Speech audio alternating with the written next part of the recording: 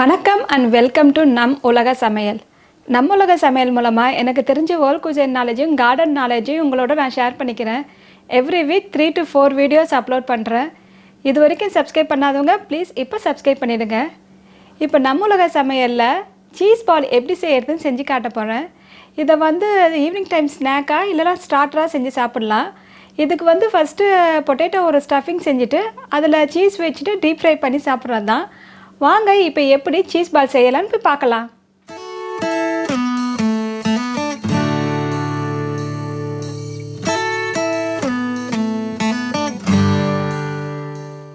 Cheese ball செய்ய தேவையான பொருட்கள் இதுதான்.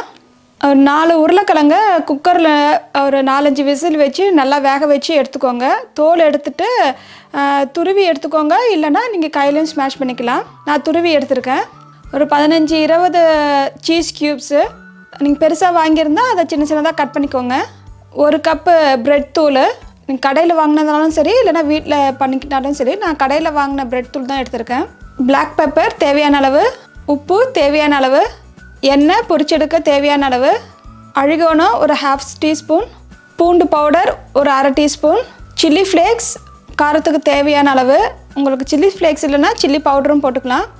கொத்தமல்லி 1/2 கப்பு நான் வாஷ் பண்ணி கட் பண்ணி எடுத்துருக்கேன். சின்ன சின்னதாக கட் பண்ணி எடுத்துக்கோங்க. 1/2 கப்பு துருவிய சீஸு, நான் ஒரு 1/4 கப்பு மொசரெல்லா சீஸ் எடுத்துருக்கேன். 1/4 கப்பு பார்மிசான் சீஸ் எடுத்துருக்கேன். நீங்கள் ஃபுல்லாகவும் மொசரெல்லா சீஸ் எடுத்துக்கலாம். எந்த சீஸ் வேணாலும் நீங்கள் எடுத்துக்கோங்க. 5 டேபிள் ஸ்பூன் மைதா மாவு, 4 டேபிள் ஸ்பூன் கார்ன்ஃப்ளவர் சோள மாவு. இப்போ போய் சீஸ் பால் செய்யலாம். ஒரு பெரிய பவுல் எடுத்துக்கோங்க. அதில் பொட்டேட்டோ போட்டுக்கோங்க.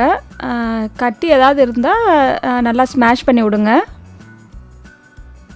இது கூட கொஞ்சம் உப்பு போட்டுக்கோங்க, தேவையான அளவு உப்பு, பெப்பர், சில்லி ஃப்ளேக்ஸ் போட்டுக்கோங்க. காரத்துக்கு பெப்பரும் சில்லி ஃப்ளேக்ஸ் தான் போடுறது, நீங்கள் அதை பார்த்து போட்டுக்கோங்க. இப்போ கொஞ்சம் பூண்டு பொடி போட்டுக்கோங்க. oregano, கட் பண்ணி வச்சுருந்த கொத்தமல்லி போட்டுக்கலாம். சீஸு துருவிய சீஸ் போட்டு மிக்ஸ் பண்ணிக்கலாம் எல்லாத்தையும்.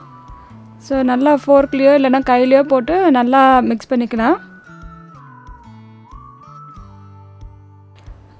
2 டேபிள் ஸ்பூனு மைதா மாவு போட்டுக்கோங்க. 2 டேபிள் ஸ்பூனு சோள மாவு. சரி, எல்லாத்தையும் போட்டு பிசைஞ்சிக்கலாம். திரும்பியும்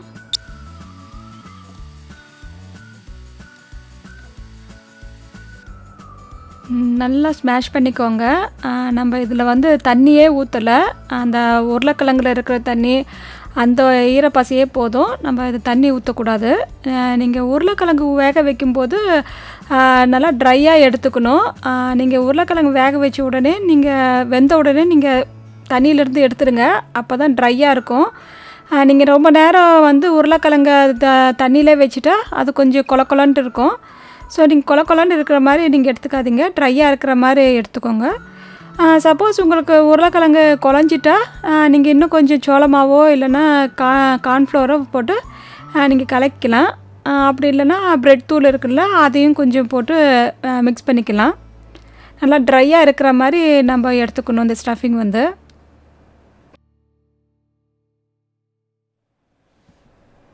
பாருங்கள், நல்லா பிசைய தான் இந்த மாதிரி வரும். நல்லா பிசைஞ்சிக்கோங்க. ஒரு 1 மினிட் அளவுக்கு, 1 to 2 மினிட் அளவுக்கு பிசைஞ்சிக்கோங்க. ஸோ இந்த மாதிரி வந்த உடனே நீங்கள் ஒரு கொஞ்சோண்டு மாவு பொட்டேட்டோ ஸ்டஃபிங் எடுத்துக்கோங்க. ஒரு இந்த சைஸ்க்கு ஒரு பால் மாதிரி எடுத்துக்கோங்க. உங்கள் கையில் ஒட்டுனா நீங்கள் எண்ணெய் கொஞ்சம் தடவிக்கோங்க கையில், கொஞ்சம் ஒட்டாமல் இருக்கும். இல்லைன்னா கையை கழுவிட்டு ஒரு தடவை நீங்கள் எடுத்தாலும் கை ஒட்டாது பொட்டேட்டோவில். ஸோ பெஸ்ட்டு நீங்கள் எண்ணெய் கையில் தொட்டுக்கிட்டால் கொஞ்சம் ஈஸியாக இருக்கும். ஸோ இந்த மாதிரி 2 கையிலும் தேய்ச்சிக்கோங்க. ஒரு சின்ன பவுல் மாதிரி ஸ்ப்ரெட் பண்ணிக்கோங்க. நீங்கள் சீஸ் க்யூப்ஸ் எந்த சைஸ் எடுக்கிறீங்களோ அதை விட கொஞ்சம் பெருசாக இருக்கணும். ஏன்னா அதை நம்ம இப்போ இதில் வச்சு தான் நம்ம ஃபில் பண்ண போகிறோம். ஸோ அதுக்கு தகுந்தாப்பில் நீங்கள் எடுத்துக்கணும். சீஸ் க்யூப்ஸ் சின்ன சின்னதாக இருந்தால் கொஞ்சம் சின்ன உருண்டையாக எடுத்துக்கோங்க, கொஞ்சம் பெருசாக இருந்தால் கொஞ்சம் பெரிய உருண்டையாக எடுத்துக்கணும். ஸோ நான் ஒரு சீஸ் க்யூப்பை இது உள்ளே வச்சிடுறேன். உள்ளே வச்சுட்டு நம்ம எல்லாத்தையும் அப்படியே க்ளோஸ் பண்ணுறது தான். கேப் இருக்கக்கூடாது, ஓட்டையே இல்லாமல் நம்ம எல்லாத்தையும் நல்லா மூடிடணும். பாருங்கள், இந்த மாதிரி கொஞ்சம் எல்லாத்தையும் மூடிடணும், கேப் தெரியாமல் முடிக்கணும். ஸோ இந்த மாதிரி எல்லாத்தையும் நம்ம செஞ்சு வச்சிடலாம்.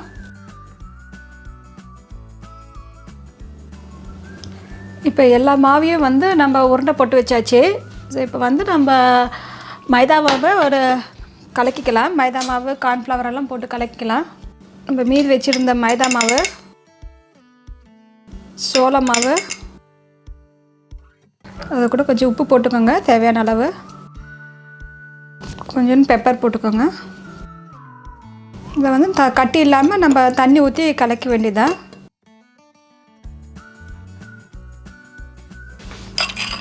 பாருங்கள், இந்த அளவுக்கு கலக்கிக்கோங்க. ரொம்ப திக்காகவும் இருக்கக்கூடாது, ரொம்ப தண்ணியாகவும் இருக்கக்கூடாது. ஓரளவுக்கு கொஞ்சம் திக்காகவும் கொஞ்சம் தண்ணியாகவும் இருக்கணும்.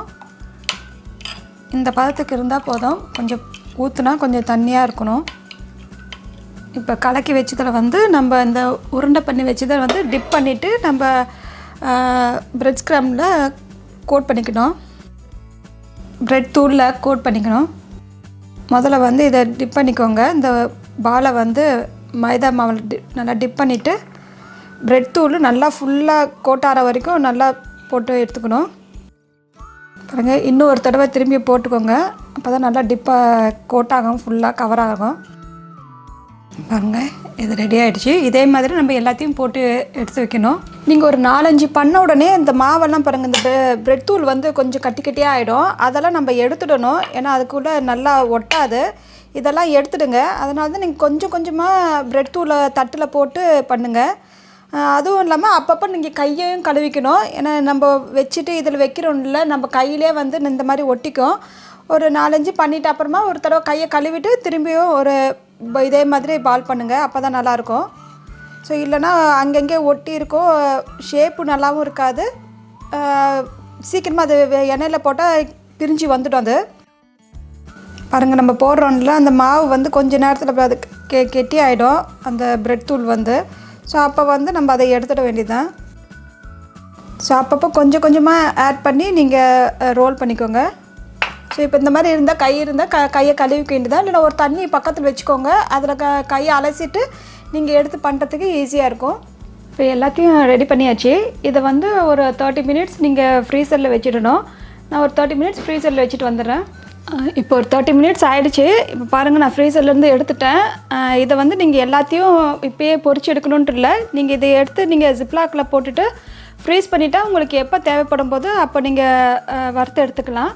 நான் இப்போ எண்ணெயும் காய வச்சுருக்கேன், ஃப்ரையரில் நான் காய வச்சுருக்கேன். நீங்கள் வேணும்னாலும் தவாலையும் நீங்கள் போட்டுக்கலாம்.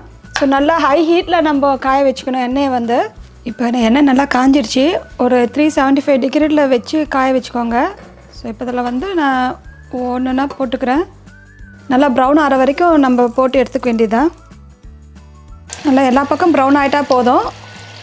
ஏன்னா நம்ம எல்லாமே ஆல்ரெடி குக் பண்ணி வச்சுருந்தோம் பொட்டேட்டோ எல்லாம் வந்து. ஸோ ரொம்ப நேரம் ஓவர் குக் பண்ணால் உள்ள சீஸ் எல்லாம் வந்து வெளியே வர ஆரம்பிச்சிடும். ஸோ அதனால் நல்லா ப்ரௌன் ஆகிட்டோன்னு நம்ம எடுத்துட வேண்டியதுதான்.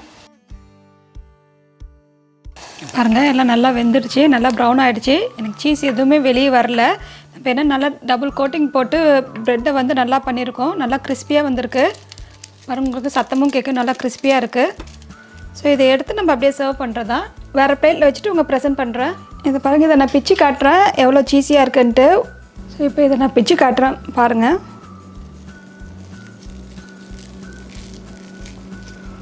பாருங்கள், நல்லா சீஸ் எல்லாம் நல்லா சீஸியாக உள்ளெல்லாம் நல்லா மெல்ட் ஆகிடுச்சு. சீஸ் வந்து நல்லா உள்ளெல்லாம் வெந்துடுச்சு.